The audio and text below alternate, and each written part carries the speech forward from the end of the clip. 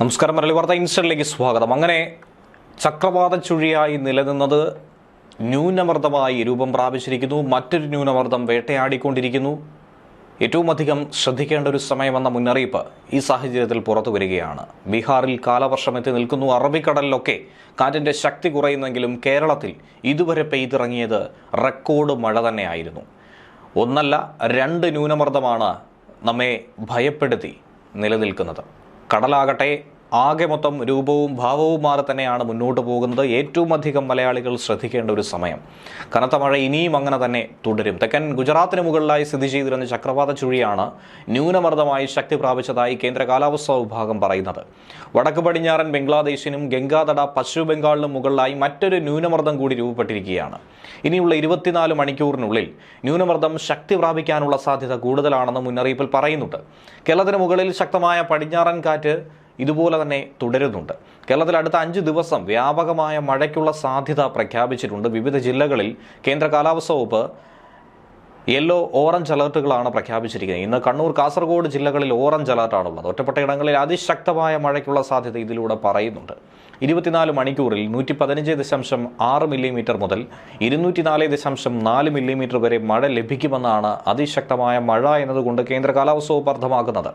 June 18, 19, 22 തീയതികളിൽ ഒറ്റപ്പെട്ട ശക്തമായ മഴയ്ക്കുള്ള സാധ്യതയും പ്രവചിച്ചിട്ടുണ്ട്. ജൂൺ 18, 19 തീയതികളിൽ കേരളത്തിന് മുകളിൽ മണിക്കൂറിൽ പരമാവധി 60 കിലോമീറ്റർ വരെ വേഗതയിൽ കാറ്റ് ശക്തമാകാനുള്ള സാധ്യതയുണ്ട്. ഏറ്റവും വലിയ ദുരന്തമായി സംസ്ഥാനം കണക്കാക്കുന്ന ഒന്ന് തന്നെയാണ് കാറ്റ്. സംസ്ഥാന സവിശേഷ ദുരന്തമായി തന്നെ അതിനെ നോക്കി കണ്ടിട്ടുണ്ട്. അതുകൊണ്ട് ഏറെ ശ്രദ്ധയോടുകൂടി നോക്കി കാണുക. അതോടൊപ്പം തന്നെ ഇനി പ്രഖ്യാപിച്ചിരിക്കുന്ന അലർട്ടുകൾ ഇങ്ങനെയാണ്. 18-ാം തീയതി ആലപ്പുഴ, എറണാകുളം, തൃശൂർ, മലപ്പുറം, കോഴിക്കോട്, വയനാട് ജില്ലകളിൽ യെല്ലോ അലർട്ട് പ്രഖ്യാപിച്ചിട്ടുണ്ട്. 19-ാം തീയതി ആലപ്പുഴ, എറണാകുളം, തൃശൂർ, മലപ്പുറം, കോഴിക്കോട്, കണ്ണൂർ, കാസർഗോഡ് ജില്ലകളിലാണ് യെല്ലോ അലർട്ട്. 22-ാം തീയതി കണ്ണൂർ, കാസർഗോഡ് ജില്ലകളിലും കേന്ദ്ര കാലാവസ്ഥാ വകുപ്പ് യെല്ലോ അലർട്ട് പറഞ്ഞിട്ടുണ്ട്.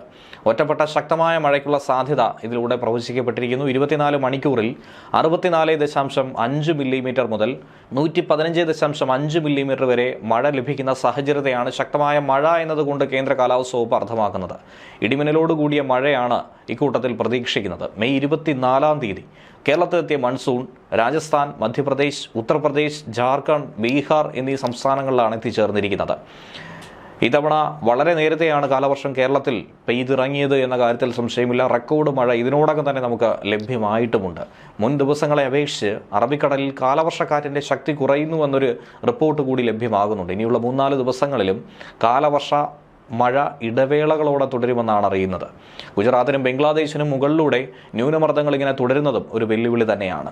കഴിഞ്ഞ ദിവസങ്ങളിൽ നിന്നും മഴയുടെ തീവ്രത കുറഞ്ഞെങ്കിൽ പോലും കാസർഗോഡ്, കണ്ണൂർ ജില്ലകളിൽ പ്രത്യേകിച്ചും മഴ സാധ്യത ഏറെ കൂടുതലാണെന്നാണ് കാലാവസ്ഥാ വിദഗ്ധർ പറയുന്നത്. ക്രമേണ ഇതിൻ്റെ കാഠിന്യം കുറയുമെന്നും വടക്കൻ ജില്ലകളിൽ മഴ പെയ്തുകൊണ്ടിരിക്കുമെന്നുമാണ് മുന്നറിയിപ്പുള്ളത്. മെയ് 24 മുതൽ ജൂൺ 18 വരെയുള്ള മഴക്കണക്കനുസരിച്ച് കേരളത്തിൽ 949.8 മില്ലിമീറ്റർ മഴയാണ് കിട്ടിയിരിക്കുന്നത്. ഏറ്റവും കൂടുതൽ മഴ കിട്ടിയിരിക്കുന്ന ജില്ല എന്ന് പറയുന്നത് കാസർഗോഡ് ജില്ലയാണ്. 1492.9 മില്ലിമീറ്റർ മഴ കിട്ടി. രണ്ടാം സ്ഥാനത്ത് നിൽക്കുന്നത് കണ്ണൂരും. 1363.1 മില്ലിമീറ്റർ മഴയാണ് ഇവിടെ പെയ്തിറങ്ങിയത്. അതുപോലെ തന്നെ മെയ് 24 മുതൽ ജൂൺ 18 വരെയുള്ള മഴക്കണക്ക് പുറത്തുവിട്ടിട്ടുണ്ട്. കാസർഗോഡ് 1492.9 മില്ലിമീറ്റർ, കണ്ണൂരിൽ 1363.1 മില്ലിമീറ്റർ, കോഴിക്കോട് 1242 മില്ലിമീറ്റർ, എറണാകുളത്ത് 1042, തൃശ്ശൂരിൽ 1022, മലപ്പുറത്ത് 933, ആലപ്പുഴയിൽ 856, ഇടുക്കിയിൽ 848, കോട്ടയത്ത് 838, വയനാട് 815.9, പത്തനംതിട്ടയിൽ 807, പാലക്കാട് 701.9, തിരുവനന്തപുരത്ത് 701.9, കൊല്ലം 603.8 മില്ലിമീറ്റർ എന്നിങ്ങനെയാണ് പെയ്തിറങ്ങിയ മഴയുടെ കണക്ക്. അതുപോലെ തന്നെ ഇനി പ്രതീക്ഷിക്കാവുന്ന ആഘാതങ്ങൾ അത് വളരെ വലുത് തന്നെയാണ്. പ്രധാന റോഡുകളിലെ വെള്ളക്കെട്ട്, വാഹനങ്ങളിലെ കാഴ്ചമങ്ങൽ എന്നിവയ്ക്കൊക്കെ തന്നെ സാധ്യത ഉള്ളതുകൊണ്ട് ഗതാഗതക്കുരുക്കും അപകടങ്ങളും ഒക്കെ തന്നെ സംഭവിക്കാം. ഏറെ ശ്രദ്ധയോടെ മുന്നോട്ട് നീങ്ങുക. താഴ്ന്ന പ്രദേശങ്ങളിലും നദീതീരങ്ങളിലും വെള്ളക്കെട്ട്, വെള്ളപ്പൊക്കം എന്നിവയ്ക്ക് സാധ്യതയുണ്ട്. മരങ്ങൾ കടപുഴകി വീണാൽ വൈദ്യുതി തടസ്സം, അപകടം എന്നിവയിലേക്കൊക്കെ തന്നെ നയിച്ചേക്കും. വീടുകൾക്കും കുടിലുകൾക്കും ഭാഗികമായി കേടുപാടുകൾ സംഭവിക്കാനുള്ള സാധ്യത, ഉരുൾപൊട്ടലിനും മണ്ണിടിച്ചിലിനുമുള്ള സാധ്യത, മഴ മനുഷ്യരെയും കന്നുകാലികളെയും ജനങ്ങളെയും ഒക്കെ തന്നെ പ്രതികൂലമായി ബാധിക്കാനും തീരപ്രദേശത്തെ സുരക്ഷിതമല്ലാത്ത ഘടനകൾക്ക് നാശനഷ്ടമുണ്ടാക്കാനും ഒക്കെ സാധ്യതയുണ്ട്. നിർദ്ദേശങ്ങൾ അതുകൊണ്ട് കൃത്യമായി മനസ്സിലാക്കി മുന്നോട്ട് പോകണം. ഗതാഗതം കാര്യക്ഷമമായി നിയന്ത്രിക്കണം. അത്യാവശ്യമല്ലാത്ത യാത്രകളൊക്കെ ഒഴിവാക്കണം. ആളുകൾ സുരക്ഷിത മേഖലയിൽ തന്നെ എപ്പോഴും തുടരുക. ഉരുൾപൊട്ടൽ, മണ്ണിടിച്ചിൽ, മലവെള്ളപ്പാച്ചിൽ സാധ്യതയുള്ള പ്രദേശങ്ങളിൽ താമസിക്കുന്നവർ അധികൃതർ നൽകുന്ന നിർദ്ദേശാനുസരണം സുരക്ഷിതമായ ഇടങ്ങളിലേക്ക് വേണം മാറി താമസിക്കേണ്ടത്. നദിക്കരകൾ, അണക്കെട്ടുകളുടെ കീഴ്പ്രദേശങ്ങൾ എന്നിവിടങ്ങളിൽ താമസിക്കുന്നവരും അപകട സാധ്യത മുൻകൂട്ടി കണ്ട് അധികൃതരുടെ നിർദ്ദേശാനുസരണം മാറി താമസിക്കാൻ തയ്യാറാകണം. ദുരന്ത സാധ്യതാ പ്രദേശങ്ങളിൽ താമസിക്കുന്നവർ നിർബന്ധമായും തങ്ങളുടെ പ്രദേശത്ത് ക്യാമ്പുകൾ തുറന്നുവെന്ന് ഉറപ്പാക്കണം. എന്നിട്ട് പകൽ സമയത്ത് തന്നെ അങ്ങോട്ട് മാറി താമസിക്കേണ്ടതുമാണ്. അതിനുവേണ്ടി തദ്ദേശ സ്ഥാപന റവന്യൂ അധികാരികളുമായി ബന്ധപ്പെടണം. ശക്തമായ കാറ്റിന് സാധ്യത ഉള്ളതുകൊണ്ട് തന്നെ അടച്ചുറപ്പില്ലാത്ത വീടുകളിൽ താമസിക്കുന്നവരും മേൽക്കൂര ശക്തമല്ലാത്ത വീടുകളിൽ താമസിക്കുന്നവരും പ്രത്യേക ജാഗ്രത പാലിക്കണം. അപകടാവസ്ഥ മുന്നിൽ കാണുന്നവർ അധികൃതരുമായി ബന്ധപ്പെട്ട് സുരക്ഷിത സ്ഥലങ്ങളിലേക്ക് സുരക്ഷാ മുൻകരുതലിന്റെ ഭാഗമായി തന്നെ മാറി താമസിക്കുക. കാറ്റിൽ മരങ്ങൾ കടപുഴകി വീണും പോസ്റ്റുകൾ തകർന്നു വീണും ഉണ്ടാകാനിടയുള്ള അപകടങ്ങളെയും ശ്രദ്ധിക്കണം.